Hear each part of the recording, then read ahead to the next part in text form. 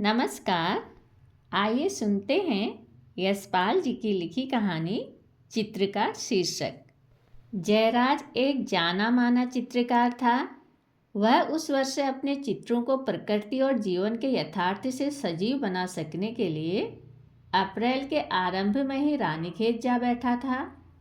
उन महीनों पहाड़ों में वातावरण खूब साफ और आकाश नीला रहता है। रानीखेत से त्रिशूल, पंचाचूली और चौखंबा की बर्फानी चोटियाँ नीले आकाश के नीचे माणिक्य के उज्जवल स्तूपों जैसी जान पड़ती हैं। आकाश की गहरी नीलिमा से कल्पना होती है कि गहरा नीला समुद्र ऊपर चढ़कर छत की तरह स्थिर हो गया हो और उसका श्वेत फेन समुद्र के गर्भ से मोतियों और मणियों को समेटकर ढेर का ढेर नीचे पहाड़ों पर आ गिरा हो। जयराम ने इन दृश्यों के कुछ चित्र बनाए, परंतु मन न भरा। मनुष्य के संसर्ग से हीन यह चित्र बनाकर उसे ऐसा ही अनुभव हो रहा था जैसे निर्जन बियाबान में गाय राग का चित्र बना दिया हो। यह चित्र उसे मनुष्य की चाह और अनुभव के स्पंदन से शून्य जान पड़ते थे। उसने कुछ चित्र पहाड़ों पर पसलियों की तरह फैले हुए खेतों में श्रम करते पहाड़ी किसान, स्त्री पुरुषों के बनाए। उसे इन चित्रों से भी संतोष न हुआ। कला की इस असफलता से अपने हृदय में एक हाय हाय का सा शोर अनुभव हो रहा था। वह अपने स्वप्न और चाह की बात प्रकट नहीं कर पा रहा था। जयराज अपने मन की तड़प को प्रकट कर सकने के लिए व्याकुल था। वह मुट्ठी पर ठोड़ी टिकाए बरामदे में बैठा था। उसकी दृष्टि दूर दूर तक फैली हरी घाटियों पर तैर रही थी। घाटियों के उतारों चढ़ावों पर सुनहरी धूप खेल रही थी। गहराइयों में चांदी की रेखा जैसी नदियां कुंडलियां खोल रही थी। दूध के फैन जैसी चोटियां खड़ी थीं। कोई लक्ष्य न पाकर उसकी दृष्टि अस्पष्ट विस्तार पर तैर रही थी। उस समय उसके स्थिर आंखों के छिद्रों से सामने की चढ़ाई पर एक सुंदर सुघड़ युवती को देखने लगी, जो केवल उसकी दृष्टि का लक्ष्य बन सकने के लिए ही उस विस्तार में जहां तहां सभी जगह दिखाई दे रही थी। जयराज ने एक अस्पष्ट सा आश्वासन अनुभव किया। इस अनुभूति को पकड़ पाने के लिए उसने अपनी दृष्टि उस विस्तार से हटा दोनों बाहों को सीने पर बांधकर एक गहरा निश्वास लिया। उसे जान पड़ा जैसे अपार पारावार में बहता निराश व्यक्ति अपनी रक्षा के लिए आने वालों की पुकार सुन ले। उसने अपने मन में स्वीकार किया, यही तो वह चाहता है। कल्पना में सौंदर्य की सृष्टि कर सकने के लिए उसे स्वयं भी जीवन के सौंदर्य का संतोष मिलना चाहिए। बिना फूलों के मधुमक्खी मधु कहाँ से लाए। ऐसी ही मानसिक अवस्था में जयराज को एक पत्र मिला। यह पत्र इलाहाबाद के उसके मित्र एडवोकेट सोमनाथ ने लिखा था। सोमनाथ ने जयराज का परिचय उसकी कला के प्रति अनुराग और आदर के कारण प्राप्त किया था। कुछ अपनापन भी हो गया था। सोम ने अपने उत्कृष्ट कलाकार मित्र के बहुमूल्य समय का कुछ भाग लेने की दृष्टा के लिए क्षमा मांगकर अपनी पत्नी के बारे में लिखा था। इस वर्ष नीता का स्वास्थ्य कुछ शिथिल है। उसे 2 मास पहाड़ में रखना चाहता हूँ। इलाहाबाद की कड़ी गर्मी में वह बहुत असुविधा अनुभव कर रही है। यदि तुम अपने पड़ोस में ही किसी सस्ते, छोटे परंतु अच्छे मकान का प्रबंध कर सको तो उसे वहाँ पहुँचा दूँ। संभवतः तुमने अलग पूरा बंगला लिया होगा। यदि उस मकान में जगह हो और इससे तुम्हारे काम में विघ्न पड़ने की आशंका न हो तो हम 1-2 कमरे सबलेट कर लेंगे। हम अपने लिए अलग नौकर रख लेंगे, आदि आदि। 2 वर्ष पूर्व जयराज इलाहाबाद गया था। उस समय सोम ने उसके सम्मान में एक चाय पार्टी दी थी। उस अवसर पर जयराज ने नीता को देखा था और नीता का विवाह हुए कुछ ही मास बीते थे। पार्टी में आए अनेक स्त्री पुरुषों के भीड़ भड़क्के में संक्षिप्त परिचय ही हो पाया था। जयराज ने स्मृति की उंगली से अपने मस्तिष्क को कुरेदा। उसे केवल इतना याद आया कि नीता दुबली पतली, छरहरे बदन की गोरी, हंसमुख युवती थी, आंखों में बुद्धि की चमक। जयराज ने पत्र को तिपाही पर एक और दबा दिया और फिर सामने घाटी के विस्तार पर निरुद्देश्य नजर किए सोचने लगा क्या उत्तर दे। जयराज की निरुद्देश्य दृष्टि तो घाटी के विस्तार पर तैर रही थी, परंतु कल्पना में अनुभव कर रहा था कि उसके समीप ही दूसरी आराम कुर्सी पर नीता बैठी है। वह भी दूर घाटी में कुछ देख रही है या किसी पुस्तक के पन्नों या अखबार में दृष्टि गड़ाए है। समीप बैठी युवती नारी कल्पना जयराज को दूध के फैन के समान श्वेत, स्फटिक के समान उज्ज्वल, पहाड़ की बर्फानी चोटी से कहीं अधिक स्पंदन उत्पन्न करने वाली जान पड़ी। युवती के केशों और शरीर से आती अस्पष्ट सी सुवास वायु के झोंकों के साथ घाटियों से आती बसंती और शिरीष के फूलों की भीनी गंध से अधिक संतोष दे रही थी। वह अपनी कल्पना में देखने लगा, नीता उसकी आंखों के सामने घाटी की एक पहाड़ी पर चढ़ती जा रही है। कड़े पत्थरों और कंकड़ों के ऊपर नीता की गुलाबी एड़ियाँ सैंडल में संभली हुई हैं। वह चढ़ाई में साड़ी को हाथ से संभाले है। उसकी पिंडलियाँ केले के भीतर के डंठल के रंग की हैं। चढ़ाई के श्रम के कारण नीता की सांस चढ़ गई है और प्रत्येक सांस के साथ उसका सीना उठाने के कारण कमल की परपुटनोन्मुख कली की तरह अपने आवरण को फाड़ देना चाहता है। कल्पना करने लगा, वह कैनवास के सामने खड़ा चित्र बना रहा है। नीता एक कमरे से निकली है। आहट ले उसके काम में विघ्न न डालने के लिए पंजों के बल उसके पीछे से होती हुई दूसरे कमरे में चली जा रही है। नीता किसी काम से नौकर को पुकार रही है। उस आवाज़ से उसके हृदय का साँय साँय करता सूनापन संतोष से भर गया है। जयराज तुरंत कागज और कलम ले उत्तर लिखने बैठा, परंतु ठिठक कर सोचने लगा, वह क्या चाहता है? मित्र की पत्नी नीता से वह क्या चाहेगा? तटस्थता से तर्क कर उसने उत्तर दिया, कुछ भी नहीं। जैसे सूर्य के प्रकाश में हम सूर्य की किरणों को पकड़ लेने की आवश्यकता नहीं समझते, उन किरणों से स्वयं ही हमारी आवश्यकता पूरी हो जाती है, वैसे ही वह अपने जीवन में अनुभव होने वाली सुनसान अंधेरे में नारी की उपस्थिति का प्रकाश चाहता है।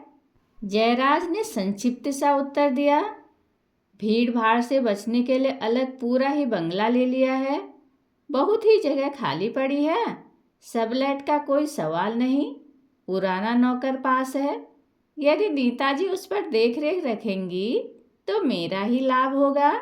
जब सुविधा हो आकर उन्हें छोड़ जाओ। पहुंचने के समय की सूचना देना। मोटर स्टैंड पर मिल जाऊंगा। अपनी आंखों के सामने और इतने समीप एक तरुण सुंदरी के होने की आशा में जयराज का मन उत्साह से भर गया। नीता की अस्पष्ट सी याद को जयराज ने कलाकार के सौंदर्य के आदेशों की कल्पनाओं से पूरा कर लिया। वह उसे अपने बरामदे में सामने की घाटी पर सड़क पर अपने साथ चलती दिखाई देने लगी।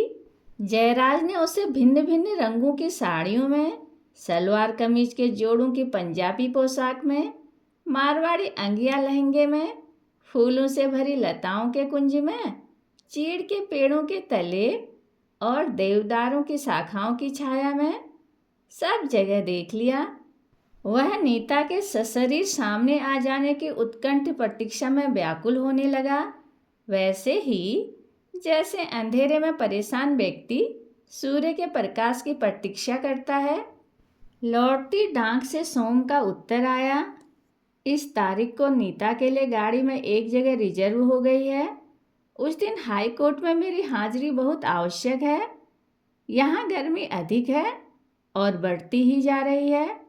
मैं नीता को और कष्ट नहीं देना चाहता। काठ गोदाम तक उसके लिए गाड़ी में जगह सुरक्षित है, उसे बस की भीड़ में न फंसकर टैक्सी पर जाने के लिए कह दिया है। तुम उसे मोटर स्टैंड पर मिल जाना। तुम हम लोगों के लिए जहाँ सब कुछ कर रहे हो, इतना और सही, हम दोनों कृतज्ञ रहेंगे। जयराज मित्र की सुशिक्षित और सुसंस्कृत पत्नी को परेशानी से बचाने के लिए मोटर स्टैंड पर पहुंचकर उत्सुकता से प्रतीक्षा कर रहा था। काठ गोदाम से आने वाली मोटरें पहाड़ी के पीछे से जिस मोड़ से सहसा प्रकट होती थी, उसी ओर जयराज की आंखें निरंतर लगी हुई थी। एक टैक्सी दिखाई दी। जयराज आगे बढ़ गया। गाड़ी रुकी। पिछली सीट पर एक महिला अपने शरीर का बोझ संभाल न सकने के कारण कुछ पसरी हुई सी दिखाई दी। चेहरे पर रोग की थकावट का पीलापन और थकावट से फैली हुई निस्तेज आंखों के चारों ओर छाइयों के घेरे थे। जयराज ठिठका। महिला की आंखों में पहचान का भाव और नमस्कार में उसके हाथ उठते देख जयराज को स्वीकार करना पड़ा। मैं जयराज हूँ। महिला ने मुस्कुराने का यत्न किया। मैं नीता हूँ। महिला की वह मुस्कान ऐसी थी जैसे पीड़ा को दबाकर कर्तव्य पूरा किया गया हो। महिला के साधारणतः दुबले हाथ पांवों पर लगभग एक शरीर का बोझ पेट पर बंध जाने के कारण उसे मोटर से उतरने में भी कष्ट हो रहा था। बिखरे जाते अपने शरीर को संभालने में उसे ही असुविधा हो रही थी, जैसे बिस्तर के बंध टूट जाने पर उसे संभालना कठिन हो जाता है। महिला लंगड़ाती हुई कुछ ही कदम चल पाई कि जयराज ने एक डोली को पुकारा। उसे 4 आदमियों के कंधों पर लदवा दिया। सौजन्य के नाते उसे डोली के साथ चलना चाहिए था, परंतु उस शिथिल और विरूप आकृति के समीप रहने में जयराज को उबकाई और ग्लानि अनुभव हो रही थी। नीता बंगले पर पहुंचकर एक अलग कमरे में पलंग पर लेट गई। जयराज के कानों में उस कमरे से निरंतर आह ऊह की दबी कराहट सुनाई पड़ रही थी। उसने दोनों कानों में उंगलियां दबाकर कराहट सुनने से बचना चाहा, परंतु उसे शरीर के रोम रोम से वह कराहट सुनाई दे रही थी। वह नीता की विरूप आकृति, रोग और बोझ से शिथिल लंगड़ा लंगड़ा कर चलते शरीर को अपने स्मृति के पट से पोंछ डालना चाहता था, परंतु वह बरबस आकर उसके सामने खड़ा हो जाता। नीता जयराज को उस मकान के पूरे वातावरण में समा गई अनुभव हो रही थी। जयराज का मन चाह रहा था बंगले से कहीं दूर भाग जाए। दूसरे दिन सुबह सूर्य की प्रथम किरणें बरामदे में आ रही थी। सुबह की हवा में कुछ खुशकी थी। जयराज नीता के कमरे से दूर बरामदे में आराम कुर्सी पर बैठ गया। नीता भी लगातार लेटने से ऊबकर कुछ ताजी हवा पाने के लिए अपने शरीर को संभाले लंगड़ाती लंगड़ाती बरामदे में दूसरी कुर्सी पर आ बैठी। उसने कराहट को गले में दबा जयराज को नमस्कार कर हालचाल पूछकर कहा, मुझे तो शायद सफ़र की थकावट या नई जगह के कारण रात नींद नहीं आ सकी। जयराज के लिए वहाँ बैठना असंभव हो गया। वह उठ खड़ा हुआ और कुछ देर में लौटने की बात कहकर बंगले से निकल गया। परेशानी में वह इस सड़क से उस सड़क पर मीलों घूमता इस संकट से मुक्ति का उपाय सोचता रहा। छुटकारे के लिए उसका मन वैसे ही तड़प रहा था जैसे चिड़ीमार के हाथ में फंस गई चिड़िया फड़फड़ाती है। उसे उपाय सूझा। वह तेज कदमों से डाक खाने पहुंचा। एक तार उसने सोम को दे दिया। अभी बनारस से तार मिला है कि रोग सैया पर पड़ी माँ मुझे देखने के लिए छटपटा रही है। इसी समय बनारस जाना अनिवार्य है। मकान का किराया 6 महीने का पेशगी दे दिया है। नौकर यहीं रहेगा। हो सके तो तुम आकर पत्नी के पास रहो। यह तार दे वह बंगले पर लौटा। नौकर को इशारे से बुलाया। एक सूटकेस में आवश्यक कपड़े ले। उसने नौकर को विश्वास दिलाया कि 2 दिन के लिए बाहर जा रहा है। सोम को दी हुई तार की नकल अपने जाने के बाद नीता को दिखाने के लिए दे दी और हिदायत दी, बीवी जी को किसी तरह का भी कष्ट न हो। बनारस में जयराज को रानीखेत से लिखा सोम का पत्र मिला। सोम ने मित्र की माता के स्वास्थ्य के लिए चिंता प्रकट की थी और लिखा था कि हाई कोर्ट में अवकाश हो गया है, वह रानीखेत पहुंच गया है। वह और नीता उसके लौट आने की प्रतीक्षा उत्सुकता से कर रहे हैं। जयराज ने उत्तर में सोम को धन्यवाद देकर लिखा कि वह मकान और नौकर को अपना ही समझकर निसंकोच वहां रहे और स्वयं अनेक कारण से जल्दी नहीं लौट सकेगा। सोम बार बार पत्र लिखकर जयराज को बुलाता रहा, परंतु जयराज रानीखेत न लौटा। आखिर सोम मकान और सामान नौकर को सहेज नीता के साथ इलाहाबाद लौट गया। यह समाचार मिलने पर जयराज ने नौकर को सामान सहित बनारस बुलवा लिया। जयराज के जीवन में सूनेपन की शिकायत का स्थान अब सौंदर्य के धोखे के प्रति ग्लानि ने ले लिया। जीवन की विरूपता और विभत्सता का आतंक उसके मन पर छा गया। नीता का रोग पीड़ित, बोझिल, कराहता हुआ रूप उसकी आंखों के सामने से कभी न हटने की जिद कर रहा था।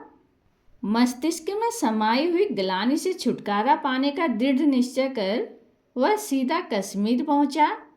फिर बर्फानी चोटियों के बीच कमल के फूलों से घिरी नीली डल झील के शिकारे पर बैठ उसने सौंदर्य के प्रति अनुराग पैदा करना चाहा। पुरी और केरल में समुद्र के किनारे जा उसने चांदनी रात में ज्वार भाटे का दृश्य देखा। जीवन के संघर्ष से गूंजते नगरों में उसने अपने आप को भुला देना चाहा, परंतु मस्तिष्क में भरे हुए नारी की विरूपता के यथार्थ ने उसका पीछा न छोड़ा। वह बनारस लौट आया और अपने ऊपर किए गए अत्याचार का बदला लेने के लिए रंग और कूची लेकर कैनवास के सामने जा खड़ा हुआ। जयराज ने एक चित्र बनाया, पलंग पर लेटी हुई नीता का। उसका पेट फूला हुआ था, चेहरे पर रोग का पीलापन, पीड़ा से फैली हुई आंखें, कराहट में खुलकर मुड़े हुए होंठ, हाथ पांव पीड़ा से ऐंठे हुए। जयराज यह चित्र पूरा कर ही रहा था कि उसे सोम का पत्र मिला। सोम ने अपने पुत्र के नामकरण की तारीख बताकर बहुत ही प्रबल अनुरोध किया था कि उस अवसर पर उसे अवश्य ही इलाहाबाद आना पड़ेगा। जयराज ने झुंझलाहट में पत्र को मोड़कर फेंक दिया, फिर औचित्य के विचार से एक पोस्ट कार्ड लिख डाला। धन्यवाद, शुभकामना और बधाई। आता तो जरूर, परंतु इस समय स्वयं मेरी तबीयत ठीक नहीं। शिशु को आशीर्वाद। सोम और नीता को अपने सम्मानित और कृपालु मित्र का पोस्ट कार्ड शनिवार को मिला। रविवार वे दोनों सुबह की गाड़ी से बनारस जयराज के मकान पर जा पहुंचे। नौकर उन्हें सीधे जयराज के कमरे में ले गया। जयराज चित्र बनाने के लिए टिकटिके पर चढ़ा ही हुआ था। सोम और नीता की आंखें उस चित्र पर पड़ी और वहीं जम गई। जयराज अपराध की लज्जा से गड़ा जा रहा था। बहुत देर तक उसे अपने अतिथियों की ओर देखने का साहस ही न हुआ, और जब देखा तो नीता गोद में किलकते बच्चे को एक हाथ से कठिनता से संभाले, दूसरे हाथ से साड़ी का आंचल होंठों पर रखे अपनी मुस्कुराहट छिपाने की चेष्टा कर रही थी। उसकी आंखें गर्व और हंसी के तारों की तरह चमक रही थी। लज्जा और पुलक की मिलावट से उसका चेहरा सिंदूरी हो रहा था। जयराज के सामने खड़ी नीता रानीखेत में नीता को देखने से पहले और उसके संबंध में बनाई कल्पनाओं से कहीं अधिक सुंदर थी। जयराज के मन को एक धक्का लगा। ओह, धोखा! और उसका मन फिर धोखे की ग्लानि से भर गया। जयराज ने उस चित्र को नष्ट कर देने के लिए समीप पड़ी छुरी हाथ में उठा ली। उसी समय नीता का पुलक भरा शब्द सुनाई पड़ा। इस चित्र का शीर्षक आप क्या रखेंगे? जयराज का हाथ रुक गया। वह नीता के चेहरे पर गर्व और अभिमान के भाव को देखकर स्तब्ध खड़ा था। कलाकार को अपने इस बहुत ही उत्कृष्ट चित्र के लिए कोई शीर्षक न खोज सकते देख। नीता ने अपने बालक को अभिमान से आगे बढ़ा, मुस्कुराकर सुझाया, इस चित्र का शीर्षक रखिए सृजन की पीड़ा। कहानी सुनने के लिए धन्यवाद।